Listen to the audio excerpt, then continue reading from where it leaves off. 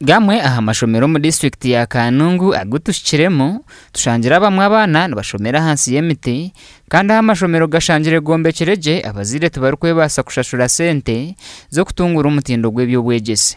Rushaka Primary School umugombora ya Nyamirama narimwe aha mashomero agutushangire garukubi. Abatine identified school rooms imbweni Katugamba ne bayikanka abana nkankaga na batanu utibine ho kushomera tutari bajya hero kandi abandi abazire bagirizo kuto structures kiziwareba umwana gabo kandi bariyo ni bageze kuja mbaka yombeka office na staff room kuja ngo tukabona hitwaje. What is happening is that we shall continue waiting for government to implement these programs. We plan for it to go under World Bank, which will do everything for it. Umugomboreji byombeke bimwe bikatwarwa umuyaga emyaka 10 nyuma kandi tibikagarurwaho ga ekiretira beji kuburwaho kushomera. So kishomero twatanise nabebembezi twahandika mu Ministry of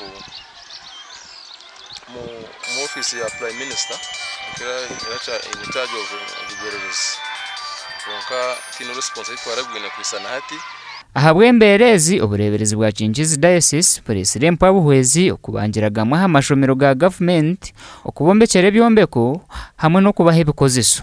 Bishop Dan Zoreka owa Kinkizi Diocese arabwira abazire okwefaho bakatabejo mu mashomero bitu nahabura government okwimuke katembura amashomero hagasisikire no kutungura umutindo.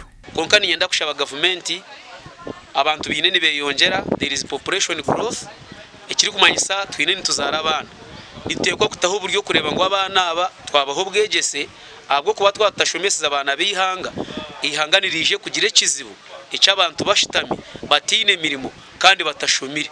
Enkike zikozirwa mu district ya Kanungu zishangira umutindo gw'ebyo bwegeso mu mashomero ga primary na senior kugarukire nyuma ikintu kiretira bebembezi n'abazire okwerarukirira ngo babasa kushomeseza busha. Gashaka Weza Wilfred ahabwa TV West.